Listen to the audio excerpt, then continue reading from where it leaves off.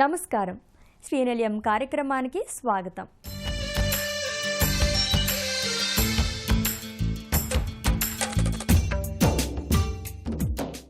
సొంతింటి కల నెరవేర్చుకునేందుకు భవిష్యత్ అవసరాల దృష్ట్యా చాలామంది స్థిరాస్తి కొనుగోలు చేస్తుంటారు. అయితే చాలామంది తాము నివసిస్తున్న ప్రాంతాల్లో కొనాలని చూడటం ద్వారా అప్పటికీ ఆ ప్రాంతం అభివృద్ధి చెంది ధరలు పెరుగుతాయి. తమ బడ్జెట్లో దొరక్కపోవచ్చు. అందుకే నగర పరిసర ప్రాంతాల్లో ఏ వైపు తీసుకున్నా ఇంటి స్థలాలు, ఫ్లాట్ల ధరలు రోజురోజుకి పెరుగుతుంటున్నాయని చెప్తున్నారు స్థిరాస్తి నిపుణులు. మరి ఈ నేపథ్యంలో ఇంటి నిర్మాణంలో వచ్చిన నూతన పోకడలు, ఇంటి ముస్తాబుకు సంబంధించిన తాజా విశేషాలు, స్థానిక సంస్థలు అందిస్తున్న సదుపాయాలతో మీ ముందుకొచ్చింది ఈ వారం శ్రీనిలయం. కలియుగ ప్రత్యక్ష దైవం శ్రీ వెంకటేశ్వరుని నిలయంగా, ప్రపంచంలోనే పేరెన్నికగన్న పుణ్యక్షేత్రంగా తిరుపతి ప్రఖ్యాతి గడించింది. కోట్లాది భక్తుల ఇలవేల్పుగా, కోరిన కోరికలు తీర్చే కొంగు బంగారంగా తిరుపతి వెంకన్న లీలలు జగద్వీతం. శ్రీహరిని దర్శించుకునేందుకు నిత్యం తరలివచ్చే భక్తజనుల నామస్మరణతో తిరుపతి పట్టణం ఆధ్యాత్మిక పరిమళాలను వెదజల్లుతూనే ఉంటుంది. ఇన్ని ప్రత్యేకతలు, అనుకూలతలు ఉన్న తిరుపతిలో ఓ ఇల్లుంటే అంతకన్నా భాగ్యమా అని సగటు పౌరుడు ఆలోచిస్తున్నారు. అందుకేనేమో ఇటీవలి కాలంలో తిరుపతిలో స్థిరాస్తి వ్యాపారం పుంజుకుంటోంది. విశాఖ చెన్నై పారిశ్రామిక కారిడార్ అభివృద్ధికి కేంద్ర ప్రభుత్వ సహకారం తిరుపతి నగరంలో రియల్ ఎస్టేట్ రంగానికి ఊపిరిలేదుతోంది. దీంతో వివిధ ప్రాంతాల నుంచి వచ్చి ఇల్లు, స్థలాలు కొనేందుకు ప్రజలు ఉత్సాహం చూపుతున్నారు. శేష జీవితాన్ని దైవచింతనలో గడపాలనుకునేవారు శ్రీ వెంకటేశ్వరుని పాదాల చెంతన ఉండే తిరుపతి నగరాన్నే తమ ప్రాధాన్యంగా ఎంచుకుంటున్నారు.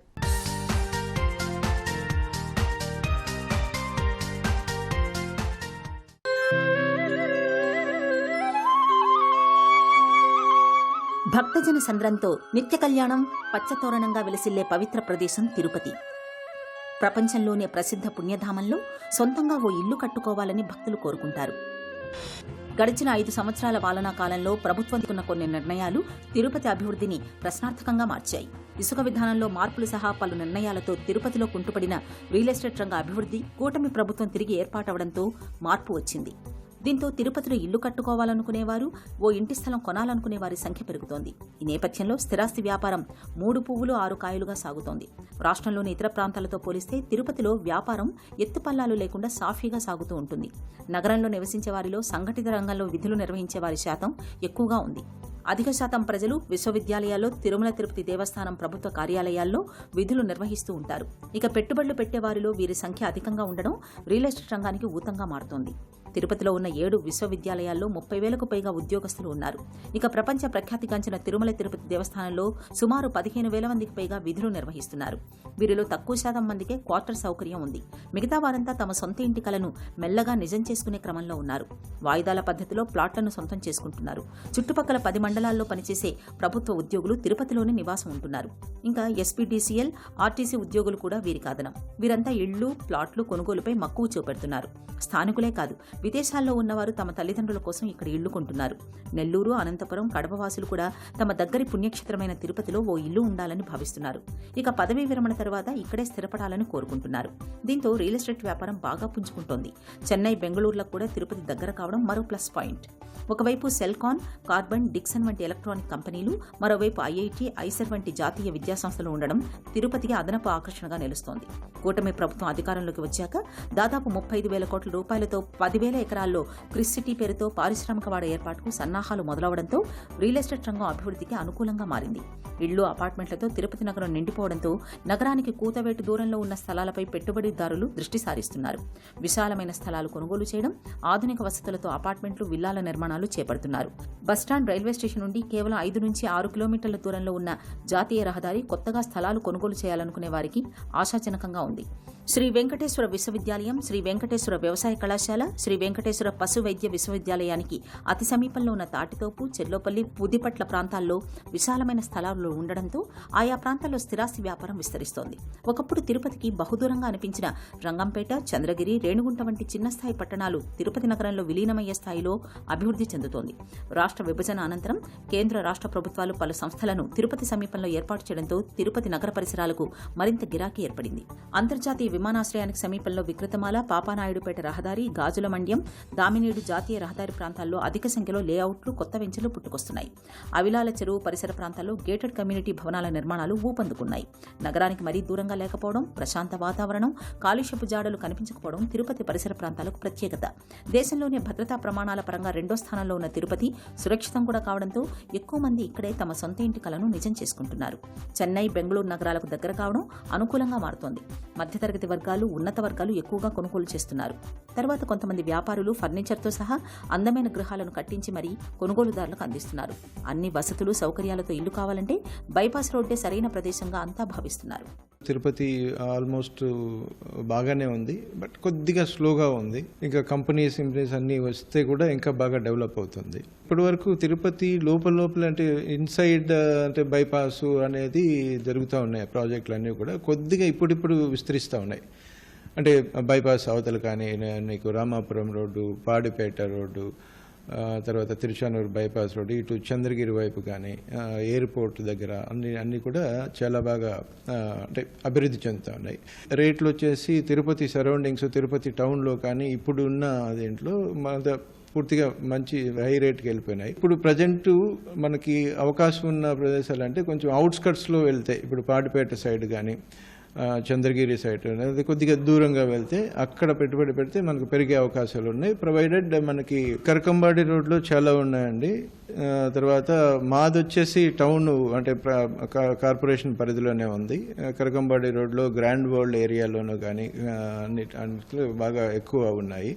బైపాస్ సైడ్ ఇప్పుడు కొద్దిగా ఇప్పుడు స్టార్ట్ చేస్తున్నారు కొన్ని. ఇప్పుడు టౌన్ ఏరియాలో అంటే కష్టంగానే ఉంటుంది. ఇప్పుడు అబౌట్ 5,000 నుంచి 5,500 వరకు స్క్వేర్ ఫీట్ రేటు అది అపార్ట్మెంట్స్ అన్నీ ఉన్నాయి. కొద్దిగా భూముల ధరలు తగ్గాలి, అఫోర్డబుల్ రేటు అనేది కొంచెం అవుట్స్కట్స్కి వెళ్తే, కొంచెం మనకి ఇన్ఫ్రాస్ట్రక్చర్ ఇంకా బాగా అభివృద్ధి చెందితే అవుట్స్కట్స్కి వెళ్తే అఫోర్డబుల్ హౌసింగ్ అంటే మధ్యతరగతి ప్రజలు ఇంకా ఎక్కువ వాళ్ళకి అదే కొనేదానికి వాళ్ళకి అవకాశాలు ఉంటాయి. ఏదైనా కంపెనీస్, ఇంకా సాఫ్ట్వేర్ కంపెనీస్ అవన్నీ ఉంటే ఆశాజనకంగా ఉంటుంది. ఇప్పుడు ఇసుక చాలా బాగా దొరుకుతుంది. ఇప్పుడు కొత్తగా వచ్చిన జీవోల వల్ల అమతులు చాలా సులభతరం అవుతాయని మనకు నమ్ముతున్నాం. దేశంలోనే భద్రతా ప్రమాణాల పరంగా రెండో స్థానంలో ఉన్న తిరుపతి సురక్షితం కూడా కావడంతో ఎక్కువ మంది ఇక్కడే తమ సొంతింటి కలను నిజం చేసుకుంటున్నారు.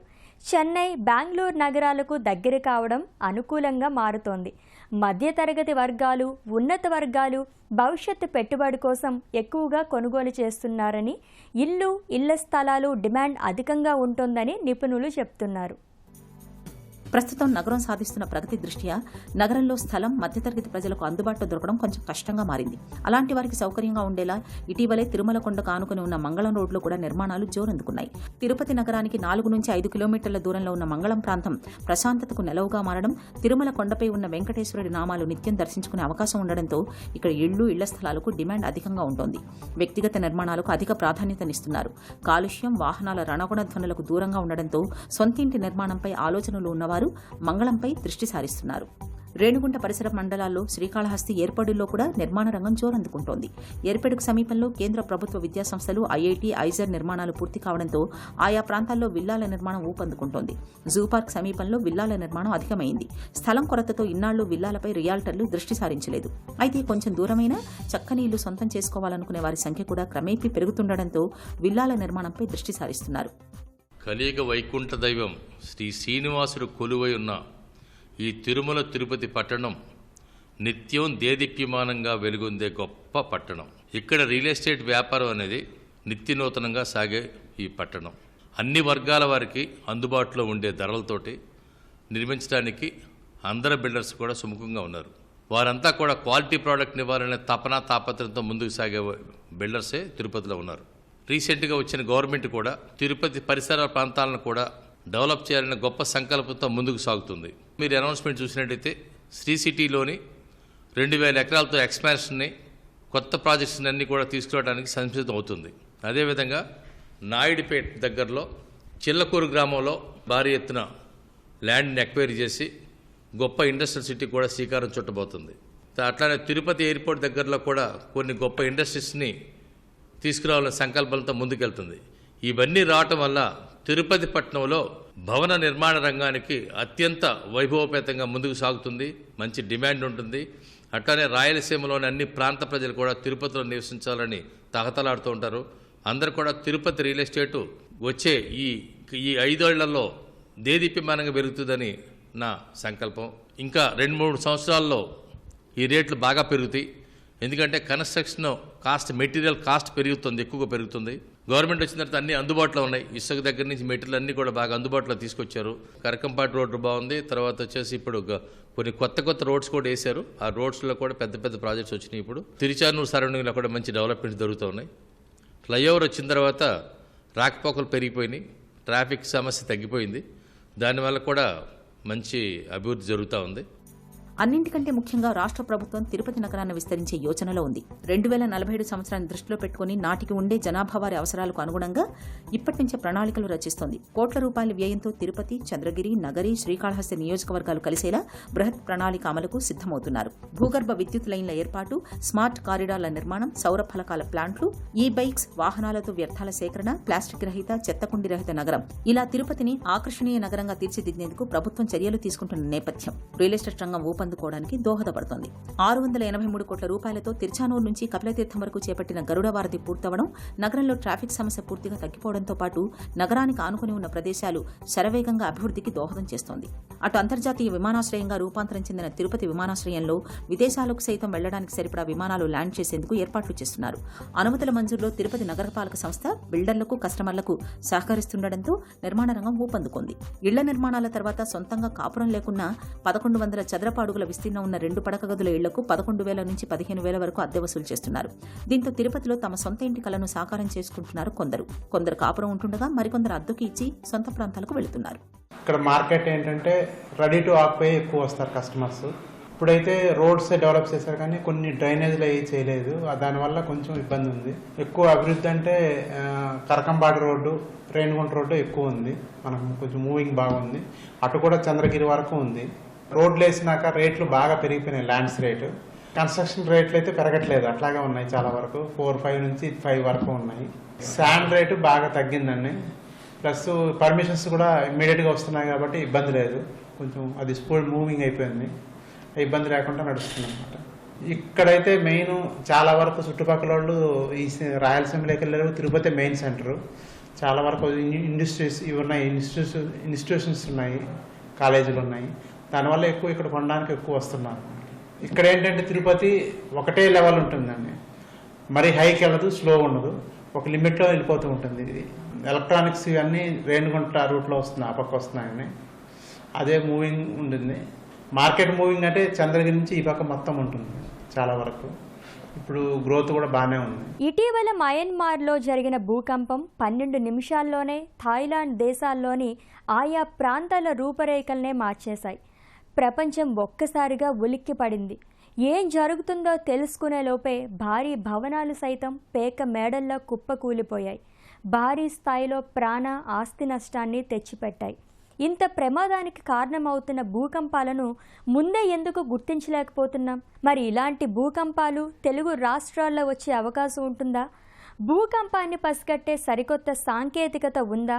ప్రపంచవ్యాప్తంగా భూకంపాలను తట్టుకునే విధంగా భవన నిర్మాణంలో కొత్తగా వచ్చిన సాంకేతికత ఏంటి అనే అంశం శ్రీనిలయం స్థిరాస్తిలో ప్రత్యేక కథనం.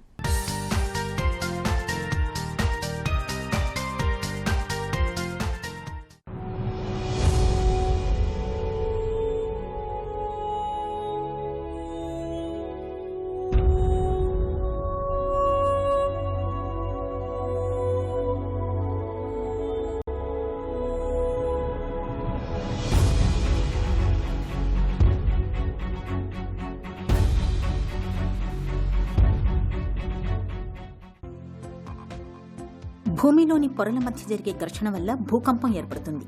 అయితే దాని తీవ్రత కొన్నిసార్లు ఎక్కువగానూ మరికొన్నిసార్లు తక్కువగానూ ఉంటుంది. రిక్టర్ స్కేల్పై నమోదయ్యే తీవ్రతను బట్టి భూకంప పరిధిని 5 జోన్లుగా విభజించారు. అందులో దక్కన్ పీఠభూమి ప్రాంతానికి చెందిన మన హైదరాబాద్ 2వ జోన్లో ఉంది. రిక్టర్ స్కేల్పై 0.1 నుండి 0.4 కంటే ఎక్కువగా నమోదయ్యే అవకాశం లేదని నిపుణులు చెబుతున్నారు. మన హైదరాబాద్లో భూకంపం వచ్చినట్టుగా కూడా కొన్నిసార్లు మనకు తెలియదని వివరిస్తున్నారు. కరెక్ట్ స్కేల్పై 7 లేదా అంతకంటే ఎక్కువగా నమోదయ్యే భూకంపాలు తీవ్ర ఆస్తి, ప్రాణ నష్టాన్ని కలిగిస్తాయని తెలిపారు. అదృష్టవశాత్తు హైదరాబాద్ ఆ జోన్లో లేదని, ఎలాంటి ఇబ్బందులు ఉండబోవని స్పష్టం చేశారు. మనకు ఎర్త్ కేక్స్ 5 జోన్స్. ఇప్పుడు మీకు రిక్టర్ స్కేల్ పైన 1 నుంచి 1 కంటే తక్కువ కనుక నమోదైతే అది జోన్ 1 కిందకు వస్తుంది. తర్వాత 1 నుంచి 4 జోన్ 2 కిందకు వస్తుంది. 5, 6 జోన్ 3 కిందకు వస్తుంది. తర్వాత 7 జోన్ 4 కిందకు వస్తుంది. ఏదైనా 7కు పైన జోన్ 5 కిందకు వస్తుంది. ఈ జోన్ 5 అండ్ జోన్ 4 అనేవి చాలా డేంజర్ జోన్స్ అవి. అయితే హైదరాబాదు నగరము లక్కీగా డక్కన్ ఫ్లాటో అంటాం మనము. కింద శిలలు ఉన్నాయో అవి కొద్దిగా మంచి బేస్మెంట్స్ మనకు చాలా బాగున్నాయి. ప్లేట్స్ ఒక ప్లేట్ పక్కన ఇంకొక ప్లేట్ ఉన్నప్పుడు ఆ 2 ప్లేట్ల మధ్యన రాపిడ్ జరగడం వల్ల దాని నుంచి వచ్చిన ఎనర్జీ పైకి రావడం ఒకటి డిసిపేట్ అయినప్పుడు పైన ఉపరితలం మీద భూకంపం రావడం జరుగుతుంది. ఎనర్జీ పైకి వచ్చినప్పుడు ఆ వైబ్రేషన్స్ పైకి వస్తాయి. దాన్నే మనం కంపనాలు అంటాము. లేదంటే ఒక ప్లేట్ పైన ఒక ప్లేటు మూవ్ అయినప్పుడు కూడా ఆ రాపిడికి కూడా ఎనర్జీ డిసిపేట్ కావచ్చు. లేదంటే కొన్ని సందర్భాలలో ప్లేటు మధ్యలకు విరుగుతుంది. ప్లేటు మధ్యలకు విరిగినప్పుడు అక్కడి నుంచి కూడా అప్పుడు చాలా విపరీతమైన శబ్దం వచ్చి అక్కడి నుంచి కూడా డిసిపేట్ అవుతుంది. చాలా కొన్ని సందర్భాలలో హైదరాబాదు అనేది మన మధ్యలో ఉన్నాం, ఎక్కడో ఉన్నాం ప్లేట్ మధ్యలో. మీకు అక్కడ కిందికి వెళ్తే ఇక్కడ హిమాలయాస్లో ఎండ్ పాయింట్ అవుతే అటు నుంచి ఇటు నుంచి అదొక పాయింట్, మళ్ళీ కిందికి వస్తే ఆ సముద్రంలో ఎక్కడో ఉంది. సో అందుకని హైదరాబాదును మనము సిస్మిక్ జోన్ 2లో తీసుకున్నాం. సో ఇప్పటి వరకు చిన్న కదలికలు తప్ప హైదరాబాద్కు ఇప్పటి వరకు మనకు పెద్ద భూకంపాలు అనేవి హిస్టరీ లేదు. భూపలకాల కదలికలే భూకంపాలు రావడానికి ప్రధాన కారణం. ఈ కదలికలే కొన్ని చోట్ల భారీ భూకంపాలకు దారితీస్తుంటాయి. గతేడాది ఆగస్టులో తెలంగాణలోని భద్రాద్రి కొత్తగూడెం జిల్లా మనుగూరులో కూడా వారం వ్యవధిలో 2 సార్లు భూప్రకంపనలు వచ్చాయి. మరి భూకంపాలను ముందుగా గుర్తించే కొత్తగా అందుబాటులోకి వచ్చిన సాంకేతికత ఏంటి? భవన నిర్మాణాల్లో భూకంప తీవ్రతను తట్టుకునే విధంగా సాంకేతికత ఉందా? మరిన్ని విశేషాలు ఇప్పుడు నిపుణుల మాటల్లో తెలుసుకుందాం.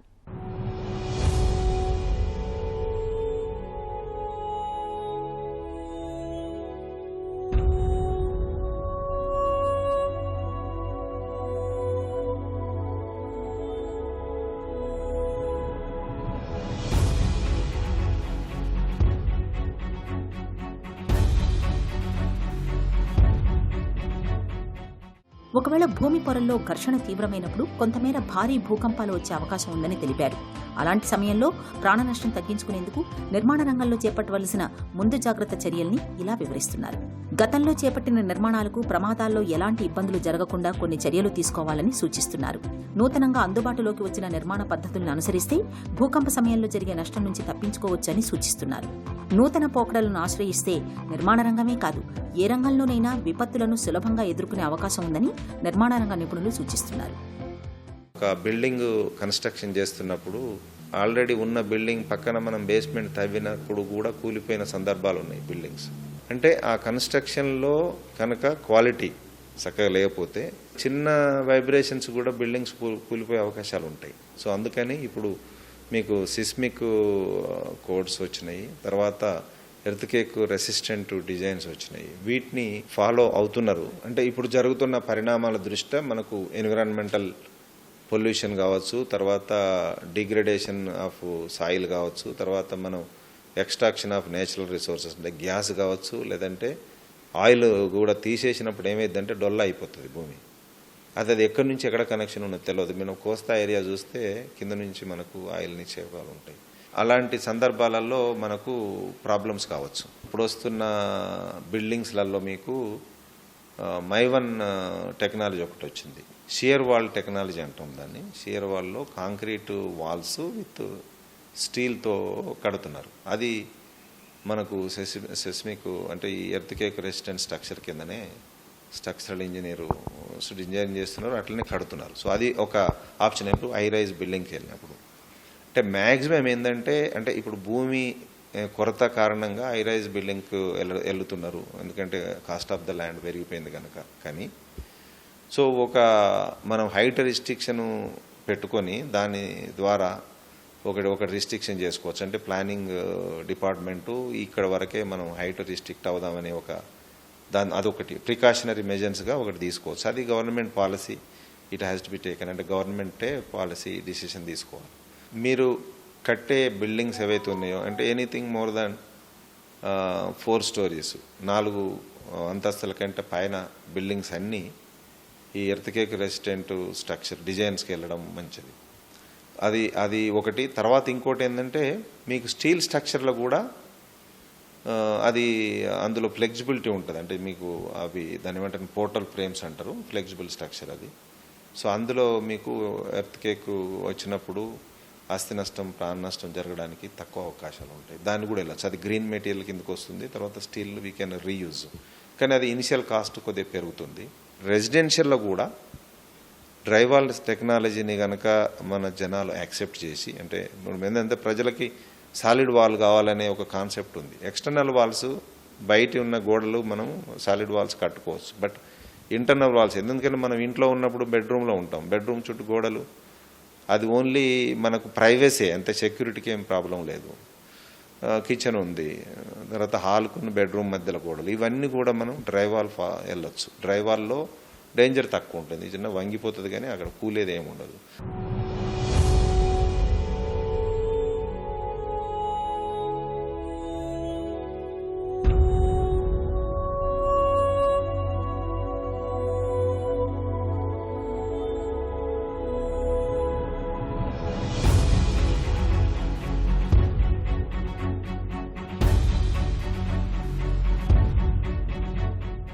ఇది నేటి శ్రీనిలయం. మరికొన్ని తాజా అంశాలతో వచ్చే వారం మళ్ళీ కలుద్దాం. అంతవరకు సెలవు, నమస్తే.